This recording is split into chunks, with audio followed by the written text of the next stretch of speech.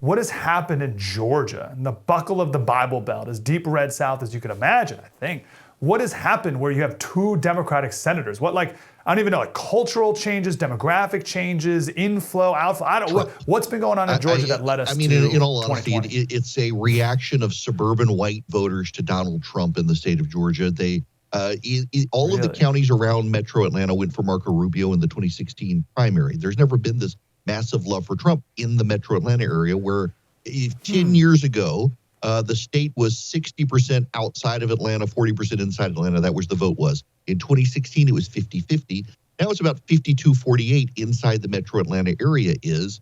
Republican governors brought in massive Fortune 500 companies from out of state to set up shop here. Instead of hiring Georgia voters, they brought in out of state workers from California and New York. It shifted the Metro Atlanta area pretty far to the left, even as the other parts of the state became conservative. But that's now made Georgia more of a swing state.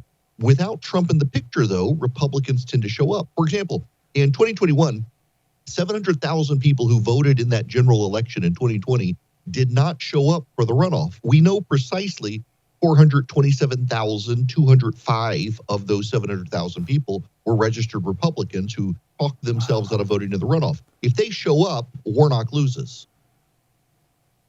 And they didn't show up because disgust with Trump? Well, no, they didn't show up because Donald Trump and a lot of Republican leaders in the state were saying the runoff was going to be stolen. And they just threw their hands up. In fact, even Democrats ran billboards in Georgia during the runoff saying, don't bother voting, it's going to be stolen. What makes a Metro Georgia Republican more Rubio, less Trump? They care about their 401k. They don't care about cultural issues at all. They don't consider themselves culture warriors. They lean slightly pro-choice. They don't care about, they do care about boys and girls sports. They just say that they don't. But when they show up at school board meetings angry, they clearly do. They don't like to think of themselves as culture warriors.